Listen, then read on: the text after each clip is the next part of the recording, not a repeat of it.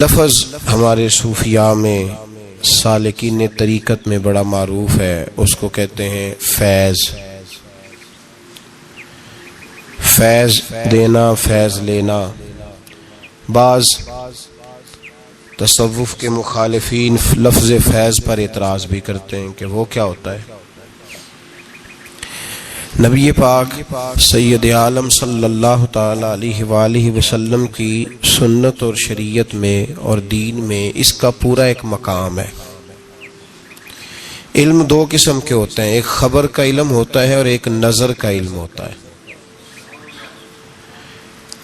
خبر کا علم سامنے پٹی پہ بیٹھ کے استاد رٹا کے یاد کرا کے سمجھا کے دیتا ہے، اور یہ جو نظر کا علم ہوتا ہے، یہ بعض اوقات کسی درویش کی موج آتی ہے اور کسی سے راضی ہوتا ہے تو وہ بس اس طرح کی دعا کرتا ہے کہ اللہ سارے مسئلے حل فرما دیتا ہے، سینے روشن کر دیتا ہے رب تعالی۔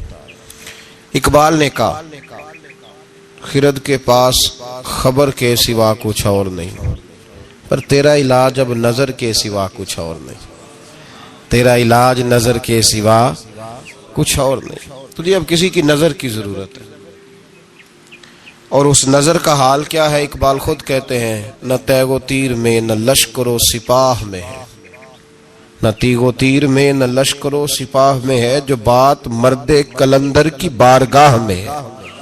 نہ تیغ و تیر میں نہ لشکر و سپاہ میں، جو بات مرد قلندر کی بارگاہ میں ہے۔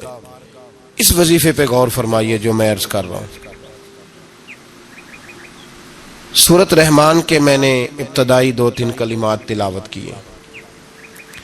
قریش مکہ یہ کہا کرتے تھے کہ نبی پاک صلی اللہ تعالی علیہ وسلم کو کوئی بشر سکھاتا ہے، معاذ اللہ کسی آدمی سے سیکھ کے آتے ہیں تو ہمیں آیتیں بتاتے ہیں آگے۔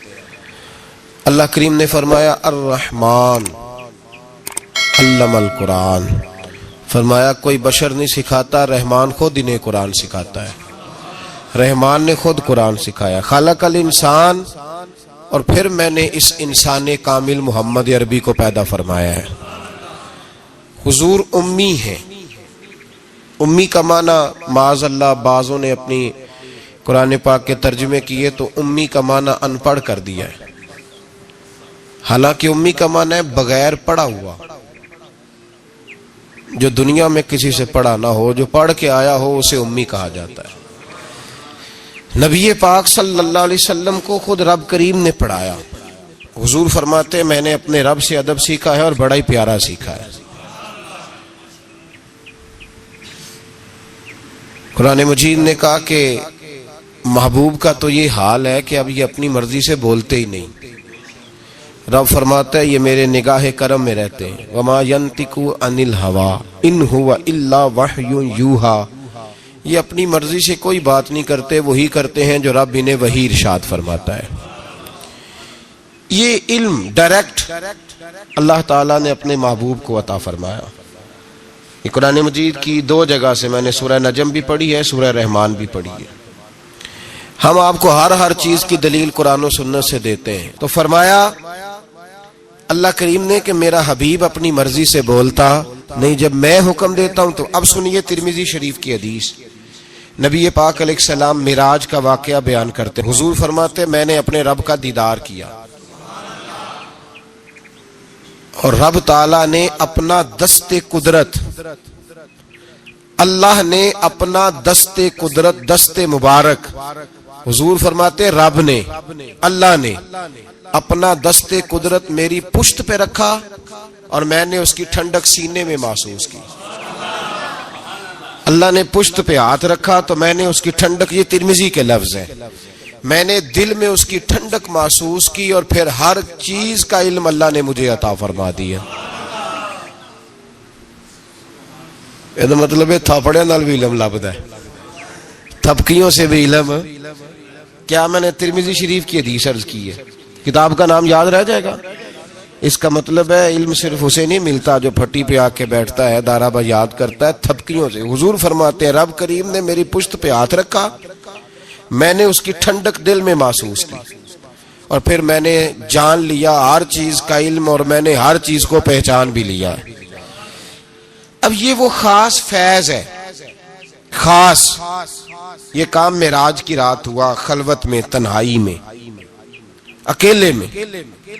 اللہ تعالیٰ نے اپنے حبیب کو خاص علوم عطا فرمائے. اب نبی پاک نے یہ علم، یہ اس کو کہتے ہیں سینہ بسینہ علم. یہ منتقل ہوتا ہے، یہ آگے تقسیم ہوتا ہے. نبی پاک صلی اللہ علیہ وسلم نے کہیں بھی کنجوسی نہیں فرمائی معاذ اللہ تقسیم کرنے. حضور علیہ السلام نے فرمایا اللہ تعالیٰ نے میرے سینے میں جو کچھ رکھا تھا میں نے نکال کے ابو بکر کے سینے میں رکھا ہے.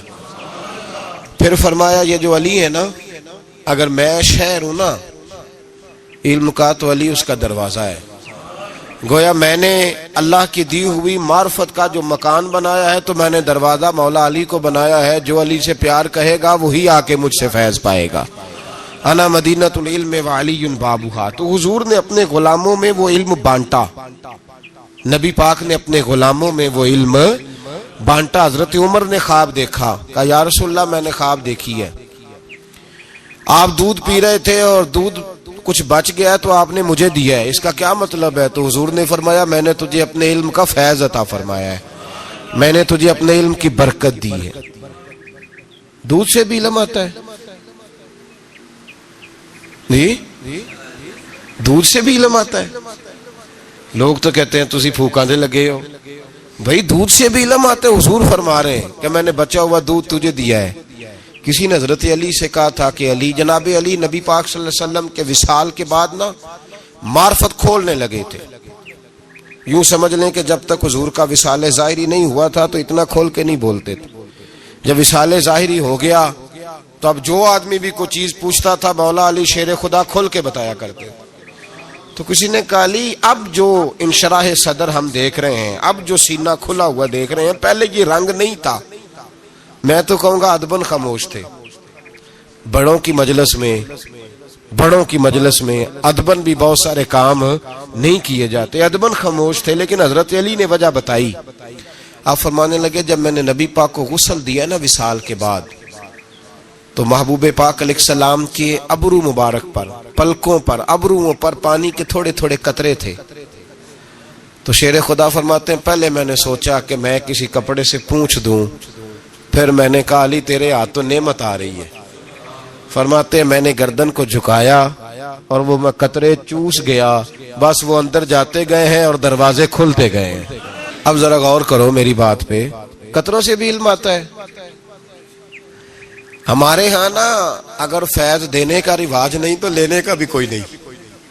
ہمارے ہاں طویل شویز لینے کا رواج ہے، دعا شعا کرانے کا رواج ہے، اپنے مسئلے بتانے کا رواج ہے. فیض لینے کا جو فیض ہے نا، فیض خرد کے پاس خبر کے سوا کچھ اور نہیں، تیرا علاج نظر کے سوا کچھ اور نہیں، کچھ اور نہیں. یہ جو ایک صحابی ہیں حضرت وابسہ رضی اللہ تعالیٰ، مسند امام احمد بن حنبل میں موجود ہے. فرماتے ہیں کہ میں اپنے گھر میں بیٹھا تھا تو میرے دل میں ایک چیز آئی، خیال آیا کہ میں حضور سے پوچھوں نا جا کے بلا. دل میں، زبان سے نہیں میں نے ادا کیا، دل میں خیال آیا کہ میں آج حضور سے جا کے پوچھوں نا کہ نیکی کیا ہوتی ہے اور شر کیا ہوتا ہے.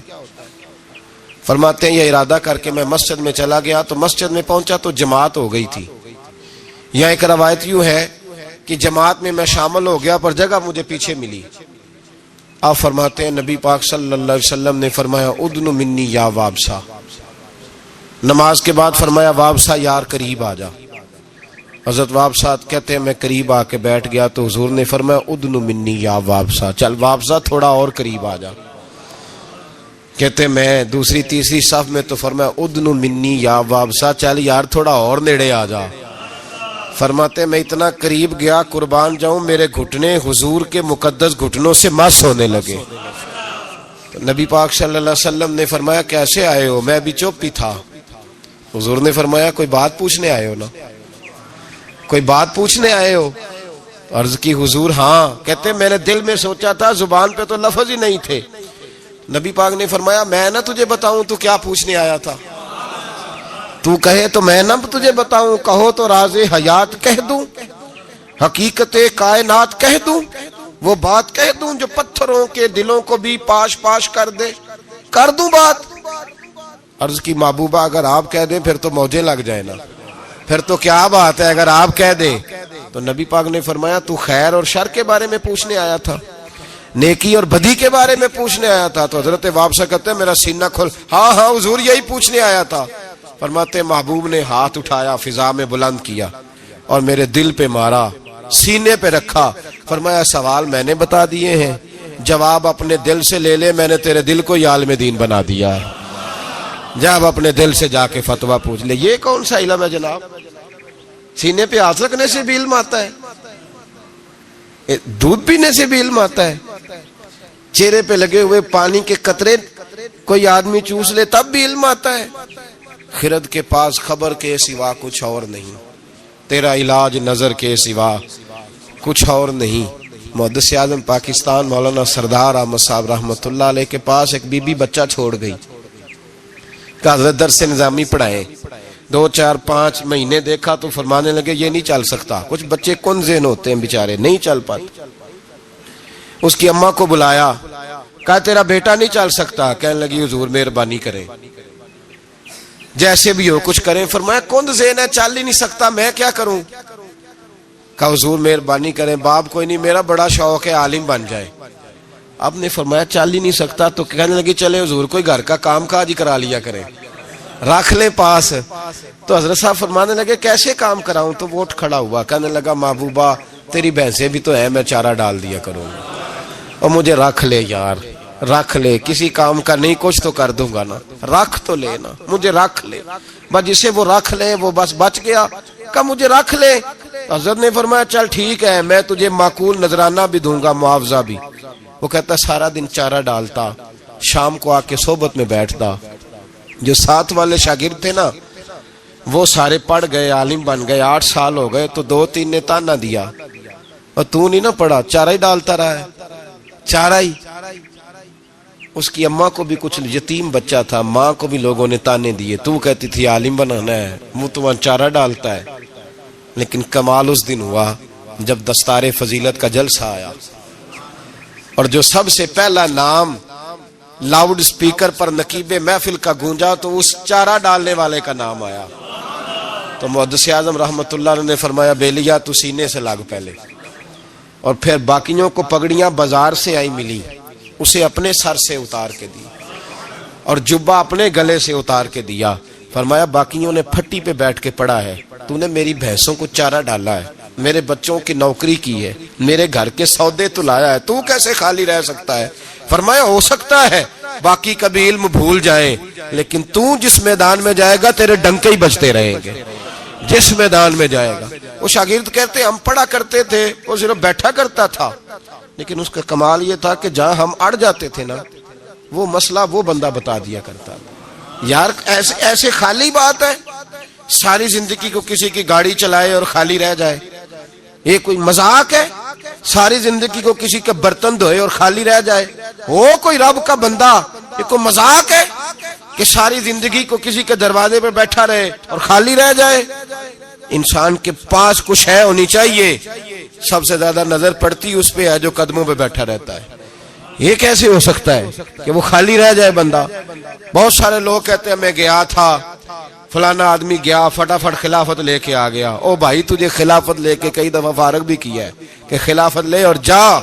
کچھ ایسے ہوتے ہیں جنہیں خلافت نہیں دی جاتی، سینے کا نور دیا جاتا ہے، انہیں غلامی کے درجے دیے جاتے ہیں۔ حضرت ابو ہریرہ، کوئی کہنا نہ دے یہ کیسے ہو گیا، اب بخاری مسلم سے دلیل دے دوں۔ حضرت ابو ہریرہ کہتے ہیں سارے صحابہ حدیثیں یاد کرتے تھے، مجھے کوئی نہیں آتی تھی، کوئی شے نہیں یاد رہتی، ککھ نہیں۔ ایک دن گیا، یہ جانا بھی کبھی کبھی پڑتا ہے، کبھی کبھی نا رونا بھی پڑتا ہے، تب ہی اماں دودھ دیتی ہے۔ اگر تو دروازے پہ بیٹھا رہے تو یہ بھی نہیں ہو سکتا، پتا ہے سارا ان کو، پر تیری طلب بھی تو ضروری ہے نا۔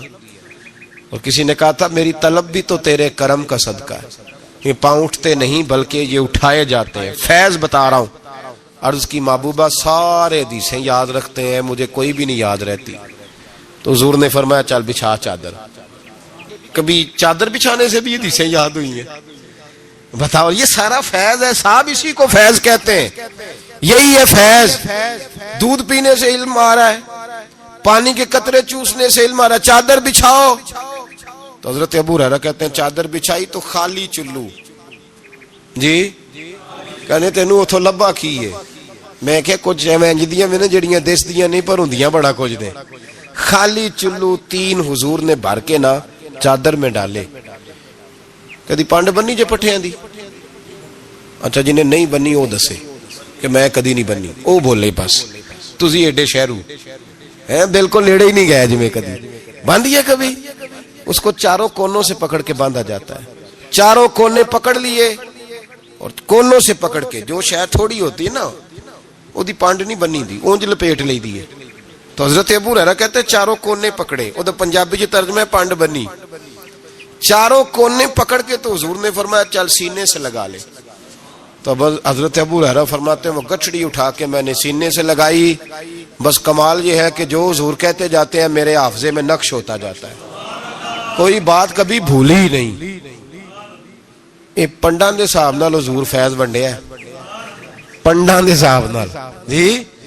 یہ اب گچھڑی چھوٹا لفظ ہے نا، میں لفظ کہاں سے لاؤں، پانڈ ذرا تھوڑی بھاری ہوندی ہے، پنڈان دے یہ فیض ہے، یہ ملتا ہے بزرگوں کے آستانوں سے، یہ ملتا ہے۔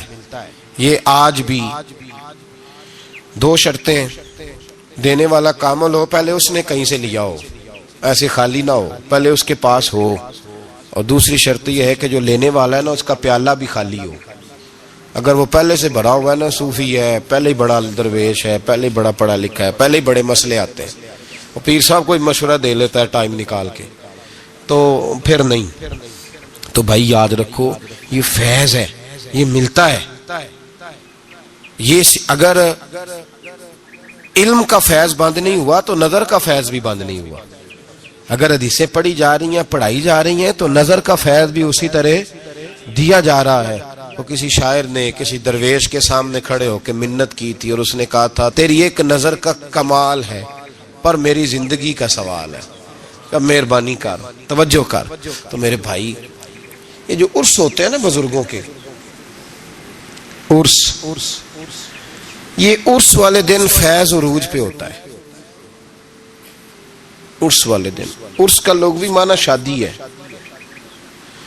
نبی پاک صلی اللہ علیہ وسلم نے فرمایا جب کوئی مومن کامل نکیرین کے نکیروں کے سوالوں کے صحیح جواب دے دیتا ہے تو فرشتے کہتے ہیں نم کا نومت العروس، اس طرح سو جا جیسے دلہن سویا کرتی ہے۔ تو عروس، عرس یہ نکلا ہے اس موقع سے جس دن کوئی دلہا بنا ہوتا ہے۔ تو اس دن جو اللہ کے جو ولی ہوتے ہیں نا، یہ پورے عروج پہ ہوتے ہیں۔ پتہ ہے نا دولہے کے پاس کتنے لوگ آتے ہیں؟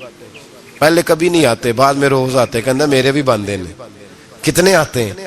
عرس والے دن جو صاحب عرس ہوتے ہیں نا، ان کا کرم، ان کا فیض عروج پہ ہوتا ہے عرس والے دن، خاص دنوں میں۔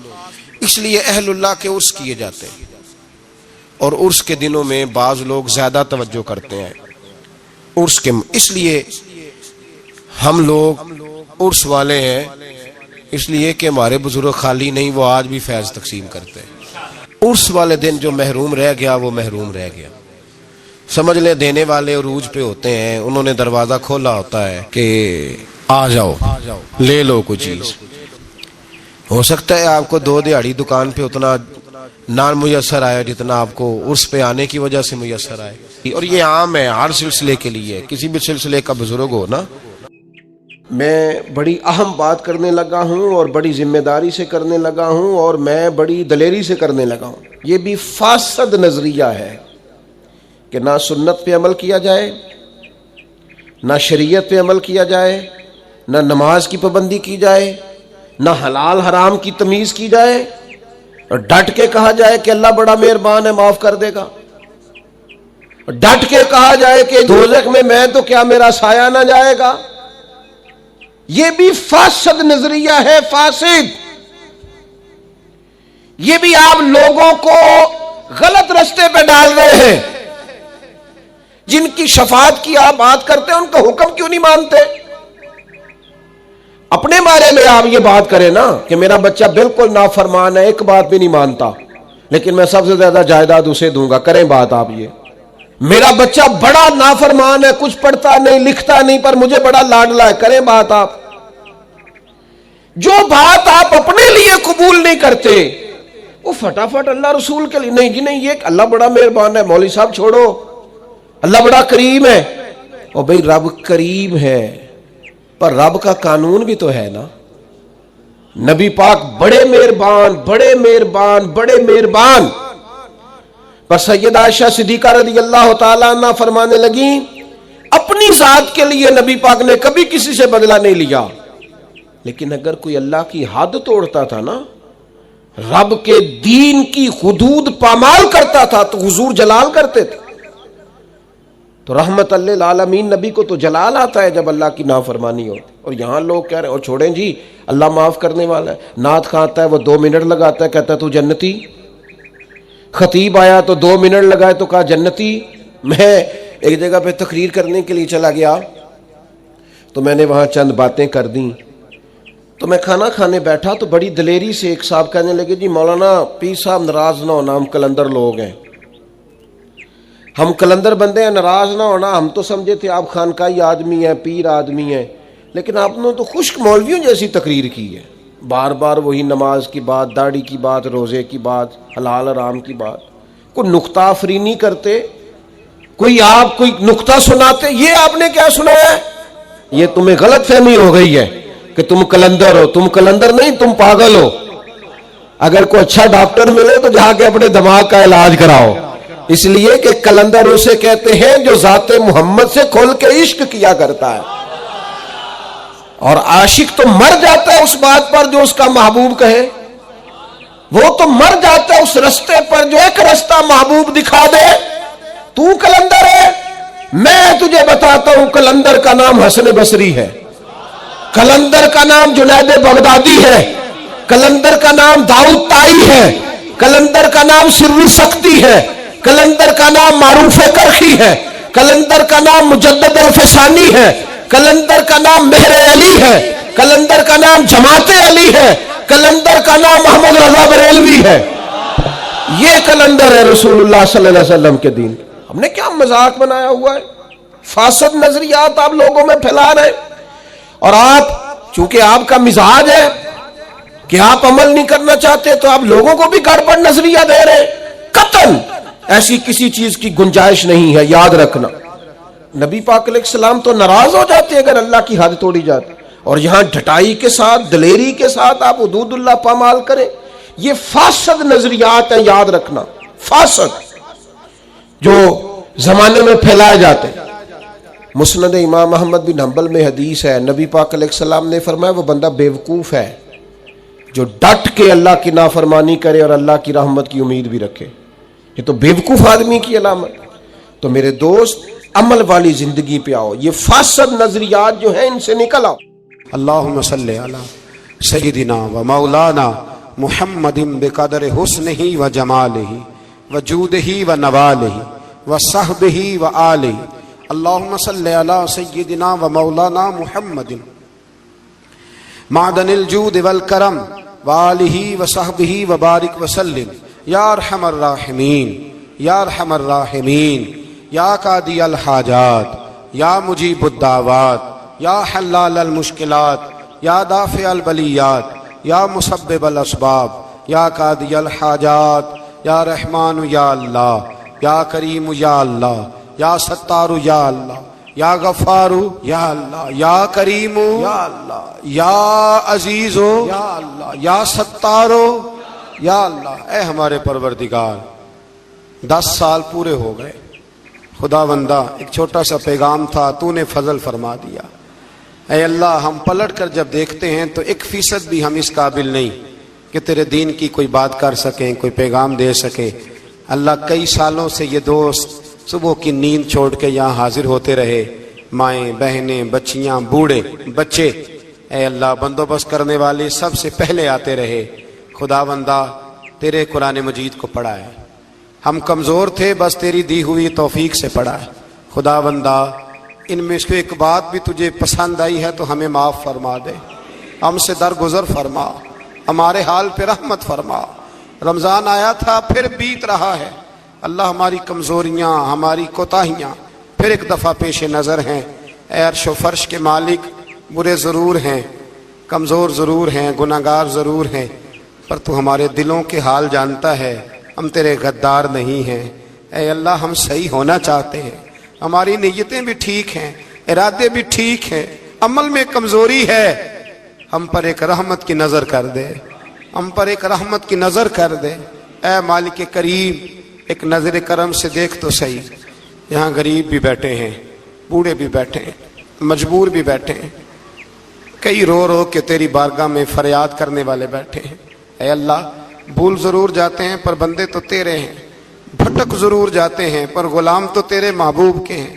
ہمارے حال پہ رحمت فرما، اللہ ہمیں معاف فرما دے، اللہ ہم سے حساب نہ پوچھیو، اللہ ہمیں بغیر حساب معاف فرما دے، اللہ ہمیں بغیر حساب کے معاف فرما دے، اللہ ہم سے درگزر کرنا۔ جب قیامت کے دن ازل کا بازار لگے اللہ ہم سے درگزر فرمانا، ہماری پردہ پوشی فرمانا، اگر ہمیں عزت دی ہے تو عزتوں پہ دوام دینا، اللہ ہمیں ذلتوں سے محفوظ رکھنا۔ اے عرش و فرش کے مالک، میں تو نے بہت ساری نعمتیں نہ بغیر مانگنے کے دی ہیں، ہم کمزور تھے تو نے صحت دی، ہم کمزور تھے تو نے اولاد کی نعمت دی، پھولوں کی طرح کے خوبصورت بچے دیے۔ اے اللہ تو نے ہمیں وفادار قسم کے دوست دیے، اے اللہ پیار کرنے والے ساتھی دیے، ٹوٹ کر چاہنے والے دیے۔ اے اللہ تو نے بغیر مانگے ہمیں نیک صالح استاد دیے، بزرگ دیے، شیخ دیے۔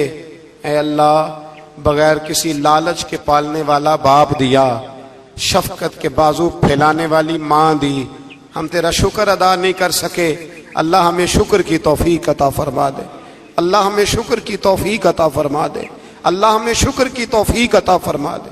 اللہ اگر ہم بھول جائیں تو ہم سے درگزر فرما، اے اللہ ہمارے حال پہ رحمت فرما۔ میں صبح دیکھتا رہا کس طرح بوڑھی مائیں گاڑیوں میں بیٹھ کے آتی ہیں، بہنیں گاڑیوں میں بیٹھ کے آتی ہیں۔ اللہ ان بیچاریوں کے کئی دکھ بھی ہیں، ان کی کئی تکلیفیں بھی ہیں، یہ کئی جگہ آزمائش کا شکار۔ ایک بزرگ فون کر کے کہہ رہے تھے بیٹی بڑی پریشان ہے، اللہ کریم سب پہ اپنا فضل فرما دے، ہم دنیا کے دھتکارے ہوئے تیرے دروازے پہ آ کے بیٹھ جاتے ہیں، ہماری مدد فرما، ہمیں لوگوں کا محتاج نہ فرما۔ اے اللہ یہ بوڑھے بیمار لوگ جو صبح چل کے تیرے اور تیرے محبوب کی رضا کے لیے آتے رہے، ان کے قدموں کو قبول فرمانا، ان کی کوششوں کو قبول فرمانا۔ اللہ معذور بزرگ بیچارے لاٹھیوں کے سہارے یہاں تک پہنچ کر تیرے دین کی بات سنتے رہے، ان کے حال پہ کرم فرما، ان پہ رحمت فرما، ہم سے درگزر فرما، ہمارے ساتھ معافی والا معاملہ فرما۔ اے اللہ مائیں بہنیں بچیاں بیچاری اللہ شوق سے ذوق سے آتی رہیں، خداوندہ ان کے دکھ دور فرما دے، ان کو آزمائشوں سے نکال دے۔ جو بیچاریاں اولاد کے لیے روتی ہیں اور کہتی ہیں ایک بیٹی ہی مل جائے سسرال میں رہنے کے قابل ہو جاؤں، اللہ ان پہ رحم فرما دے۔ جو جس حال میں پریشان ہے اس کی مدد فرما دے، تیرے محبوب کی امت بڑی پریشان ہے۔ اے اللہ ختم قرآن کا موقع ہے، رمضان کی جاتی ہوئی گھڑیاں ہیں، اے اللہ پوری دنیا میں رسول اللہ کے غلاموں کا خون بہہ رہا ہے۔ اے اللہ اتنی بڑی دنیا میں برما کے مجبوروں کو رہنے کو جگہ نہیں مل رہی، سالوں بیت گئے، کشمیر کی بچیاں روتی ہیں، اللہ فلسطین کی مائیں پکارتی ہیں، پاکستان کی سڑکوں پہ روز خون بہتا ہے۔ ہم نے بڑی بڑی کوشش کر کے بڑے بڑے لوگوں کے وعدوں پہ اعتبار کیا، اے اللہ اب تو ہماری مدد فرما، ہماری مدد فرما، غریبوں کی مدد فرما، یتیموں کی مدد فرما۔ اے اللہ جو سڑکوں پہ جھونپڑیوں میں ہیں ان کی مدد فرما، اے اللہ جو بیچارے چھابڑی فروش ہیں ان کی مدد فرما، جہاں جوان بچیاں ہیں ان کی مدد فرما۔ اے اللہ غریبوں کی مدد فرما، مجبوروں کی مدد فرما، اے اللہ تنگ دست لوگوں کی مدد فرما، بیماروں کو شفا دے دے، مقروضوں کو قرضوں سے رہا کر دے، تنگ دستوں کو وسعت دے دے۔ ہمارے وہ مشائخ، ہمارے وہ بزرگ انہوں نے ہمیں یہاں تک پہنچایا، ان کی قبروں پہ رحمتوں کا نزول فرما، ان پہ کرم نوازیاں فرما۔ جن کے عزیزوں رشتہ داروں میں سے کوئی دنیا سے چلا گیا ہے، اللہ جن کے ماں باپ رخصت ہو گئے، ان کی قبر نور سے بھر دے، رحمت سے بھر دے۔ ربنا اغفر لی ولوالدی وللمؤمنین یوم یقوم الحساب۔ اے اللہ، زندگی میں جب موت کا وقت آئے نا تو ہمیں کلمے کی توفیق عطا فرمانا، ہمیں بے ایمانی کی موت سے محفوظ رکھنا، ایماندار مارنا ہمیں۔ اللہ، ہماری آخرت کی منزلوں پہ اپنا فضل رکھنا، ہم سے سخت حساب نہ لینا۔ اے اللہ، بس خار ہیں، بدکار ہیں، ڈوبے ہوئے ذلت میں، کچھ بھی ہیں مولا تیرے محبوب کی امت سے۔ رب اغفر وارحم انت خیر الراحمین، وصلی اللہ تعالی علی حبیبہ سیدنا و مولانا محمد۔